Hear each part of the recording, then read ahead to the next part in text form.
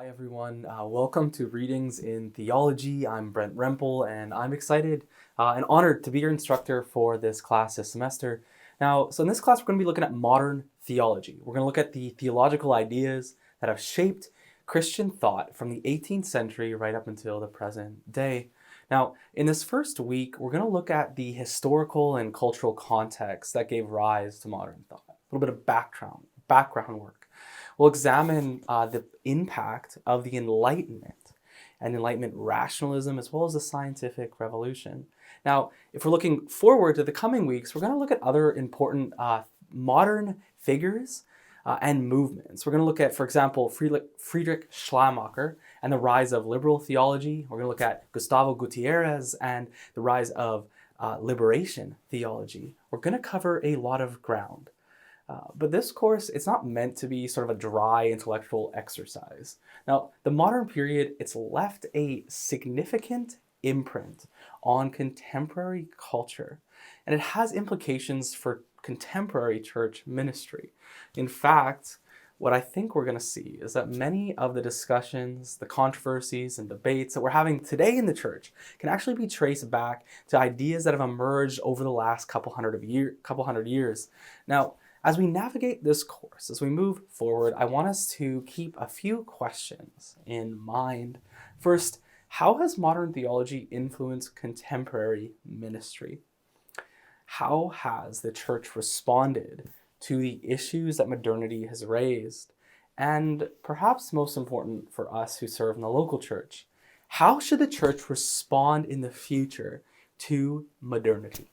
By the end of this course, you're going to have a better understanding of where we are as a church today, and we'll see how the modern period has influenced us, for better or for worse.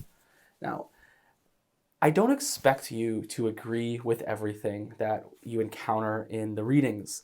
The modern period, it's marked by this diversity of theological perspectives. The theologians that we're going to read and study, they don't even agree amongst themselves. Some will offer very different and unique interpretations of God's word. Some of the issues we cover are controversial. I don't expect or even want you to come in here thinking, oh, I'm going to agree with everything that's assigned. What I do ask is that you approach these theologians, approach these movements on their own terms. I ask that you seek to understand their viewpoints and understand the context that they're working in before you offer your own critical evaluations. I want you to think critically and think charitably. I encourage you to ask questions and challenge assumptions of those who you're reading and also of yourself. I also want us to be able to dialogue amongst ourselves, amongst the class. Now, in a similar way, I don't expect you to agree with your other classmates, but let's discuss these issues with respect and with charity. We are all approaching theology from a different perspective, but we all come from a position of faith. And this common bond, it should shape how we engage and interact with one another. Now, let's talk a little bit about the course structure. The textbook for this class is going to be Roger Olson's God in Dispute, Conversations Among Great Christian Thinkers. Now, this book, it's an accessible introduction to difficult theological debates. As this class is primarily a readings course, I'm going to assign both primary and secondary literature for you to read each week. Each week, I'll also give lectures, podcasts, and other video material to supplement the readings. What about grading? Well, there's 4 main components in this class. First of all, there's reading quizzes, then there's reading analyses, then there's discussions every week, and finally, there's a final project. Let's talk a little bit about each of these. First, there's discussions. Now, the discussions are going to be worth 25% of your final grade. Now, these discussions are going to serve as a space for you to share your insights, ask questions, engage with the course material, again, in a thoughtful manner. Each week, you're going to contribute a minimum of 3 posts to the online discussion. The first post, you're going to respond to a question that I ask. Now, this response should demonstrate that you've read the material, that you've engaged with the reading material.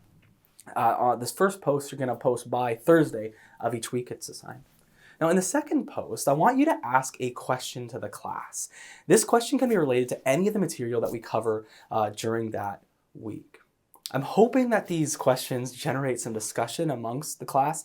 I'm also going to likely respond to many of these questions, and so feel free to respond to me and respond to your classmates. In the third post, you're going to respond to another student's question.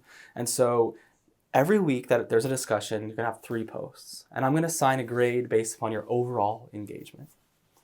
Now, each week we'll also have quizzes. These quizzes are open book, they're open note, but they're meant to assess your understanding of all the material from that week.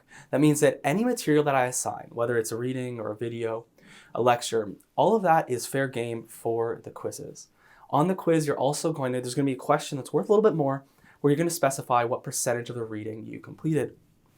The third component of this class is reading analyses. Now, these analyses are kind of like somewhere in between a research essay, a formal essay, and a personal reflection. You're going to complete 3 of these. Now, each of these, I want you to demonstrate your engagement with the course readings. I want you to ask questions. I want you to draw points of disagreement. I want you to draw out pastoral implications. And I want you to demonstrate that you've actually read the material by quoting it at least a couple times, okay? The final component of the class is the final project. For the final project, you'll have 2 options. You can either write what I'm calling a mini research essay, or you can do an imaginary discussion between theologians. Here you're going to follow the method of Olson's text, God in Dispute. So if you haven't read that yet, just wait. You'll see what I mean once you read that first chapter, which you will this week. All right, so that's just a brief overview of the class. If you have any questions or issues throughout the class, don't wait to contact me. Please communicate with me sooner rather than later. Life happens. I understand this, and I want to be able to support you. Now, if you have any questions that pertain already to the class, please reach out. Reach out to me with these questions, email or make an appointment. I'm really looking forward to learning alongside of you all. Class, as this is a summer term, we get going right away. There's assignments, readings due this week, and so I encourage you review the syllabus and get started.